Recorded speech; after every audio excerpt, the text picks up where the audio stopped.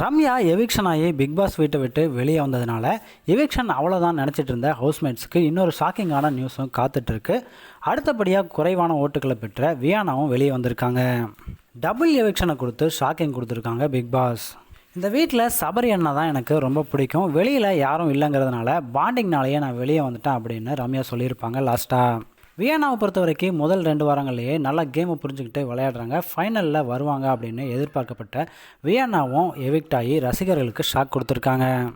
FJ கூட காதல் வலையில் விழுந்த வியானா அதுலேருந்து மீண்டு வர முடியல. போன வாரம்லாம் வியானான்னு ஒருத்தர் இந்த வீட்டில் இருந்தாங்களா அப்படிங்கிற அளவுக்கு தான் அவங்களோட கேம் பிளே இருந்துச்சு.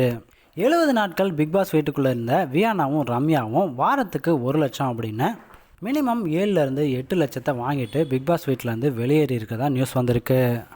வியானா பிக் பாஸ் வீட்டிலேருந்து எவிக்ட் ஆனது கரெக்டு தானா, இல்லை அவங்களுக்கு பதிலாக வேறு யார் வந்திருக்கலாம் அப்படிங்கிற உங்களோட கருத்துக்களை கமெண்ட்ஸ் பாக்ஸில் ஷேர் பண்ணுங்கள்.